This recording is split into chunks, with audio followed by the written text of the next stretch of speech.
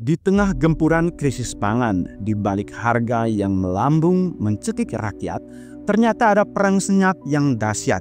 Bukan perang antar negara, tapi perang melawan musuh di dalam selimut, mafia pangan dan pertanian. Baru saja juga mafia doakan kami tempur, ingin kami bersihkan sektor pertanian di Republik ini. Ada 20 sudah tersangka, kami kirim ke nerakanya dunia yang ingin mempermainkan nasib rakyat kecil. Ada juga kami pernah ditegur wakil presiden gara-gara ada mafia beras, kami tutup perusahaannya. Perintah tegas Presiden Prabowo Subianto sudah bergema, berantas tuntas, dan di garis depan pertempuran ini berdiri tegak Menteri Pertanian Andi Amran Sulaiman, sosok yang bukan pemain baru.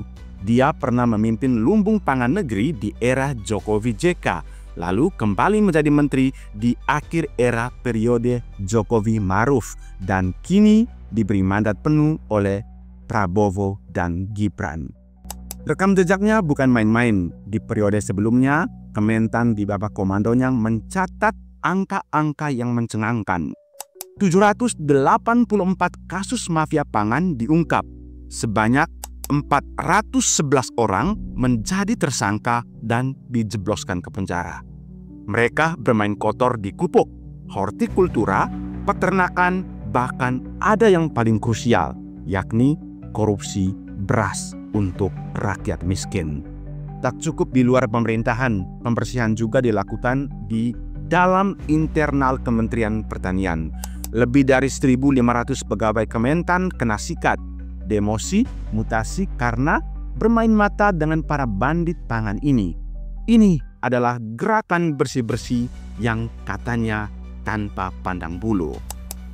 Ada juga kami pernah ditegur wakil presiden gara-gara ada mafia beras, kami tutup perusahaannya. Ternyata semuanya adalah pemimpin-pemimpin besar ada di dalamnya. Kami dimarahi, kami berterima kasih. Kami katakan yang penting kami sudah tutup karena dia melanggar regulasi yang ada di Republik ini. Kini di kurang lebih 150 hari pertama Kabinet Merah Putih, perang itu terus berlanjut. 20 orang kembali menjadi tersangka. 50 perusahaan kakap dijerat hukum. Mereka merugikan negara dan yang paling menyakitkan, merugikan para petani pahlawan pangan kita. Tapi di balik semua keberanian itu terkuak sebuah kisah yang menggetarkan. Pengakuan mengejutkan dari sang menteri sendiri. Amran Sulaiman mengaku pernah ditegur seorang wakil presiden gara-gara dia menutup perusahaan mafia beras kelas kakap. Pemain-pemain besar yang konon punya backingan kuat. Amran tak menyebut nama. Kapan kejadiannya, hanya dikatakan itu perusahaan pemain besar dan sang wakil presiden memarahinya. Dia bahkan berterima kasih atas teguran itu, tapi keputusannya sudah bulat. Perusahaan itu tetap ditutup karena melanggar aturan. Tim media pun mencoba mengkonfirmasi siapa sosok misterius ini. Apakah di era Jokowi JK atau malah di era Presiden Prabowo berkuasa saat ini dengan wakil presidennya yakni Gibran Rakabuming Raka. Juru bicara Wapres Maruf Amin, Mas Duki, sempat kebingungan lalu meralat. Amran memang mentan di akhir era Jokowi Maruf. Tapi bantahan keras pun keluar. Hubungan antara Kiai Maruf dan Amran ternyata baik-baik saja. Wapres Maruf bahkan tidak pernah menegur Amran. Lantas, siapakah sosok ini? Jika bukan Wapres Maruf Amin, lalu siapa? Rupanya sosok Wapres ini sengaja tidak disebutkan oleh Amran. Mengapa? Karena konon untuk menjaga stabilitas Kabinet Merah Putih yang baru berjalan. Tapi satu hal yang pasti, tindakan berani Menteri Amran bahkan ketika diduga berhadapan dengan tekanan dari sosok setinggi wakil presiden adalah bukti nyata bahwa perintah Presiden Prabowo untuk memberantas mafia ini bukan hanya pemanis bibir belaka. Ini adalah pertempuran hidup mati demi kedaulatan pangan bangsa. pertanyaan terbesarnya adalah siapa Wapres yang dimaksud? Mengapa kekuatannya begitu besar hingga bisa memarahi seorang menteri yang menjalankan tugasnya? Dan seberapa dalam akar mafia pangan ini hingga bisa menjangkau lingkaran kekuasaan tertinggi negara? Yang jelas ini bukan sekedar berita, ini adalah potret pertarungan sesungguhnya di balik layar. Satu hal yang pasti, pengakuan Menteri Amran Sulaiman tentang teguran dari seorang Wapres ini adalah puncak gunung es dari pertarungan sengit melawan mafia pangan.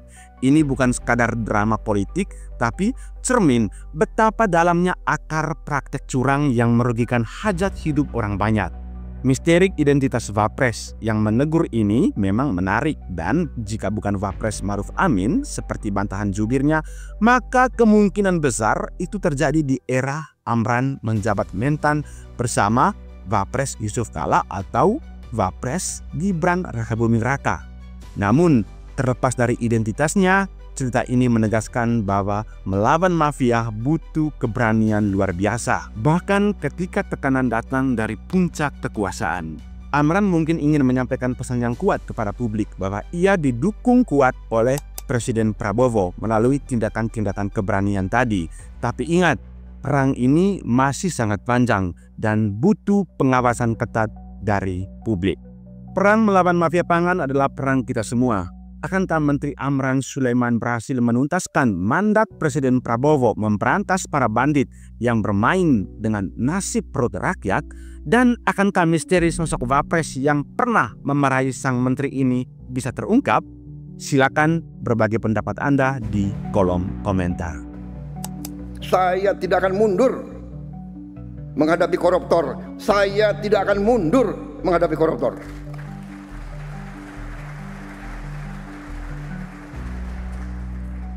Mereka harus mengerti, saya ini siap mati untuk bangsa dan rakyat ini.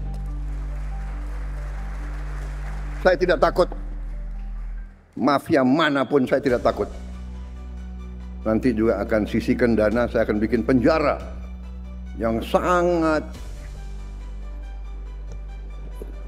pokoknya sangat kokoh di suatu tempat yang terpencil, mereka nggak bisa keluar malam hari.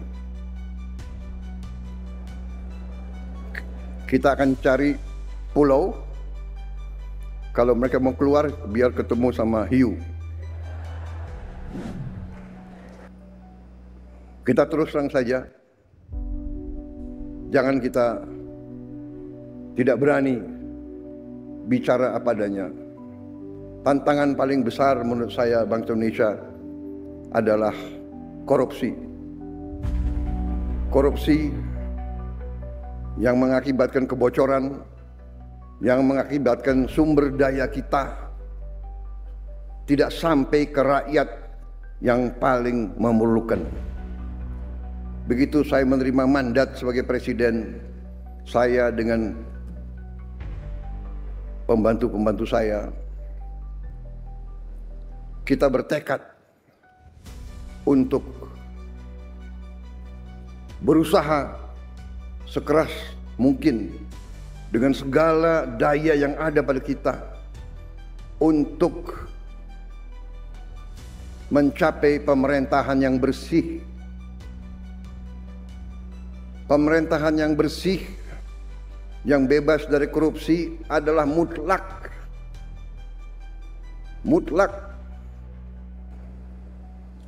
Birokrat-birokrat yang tidak mau mengikuti zaman harus kita evaluasi.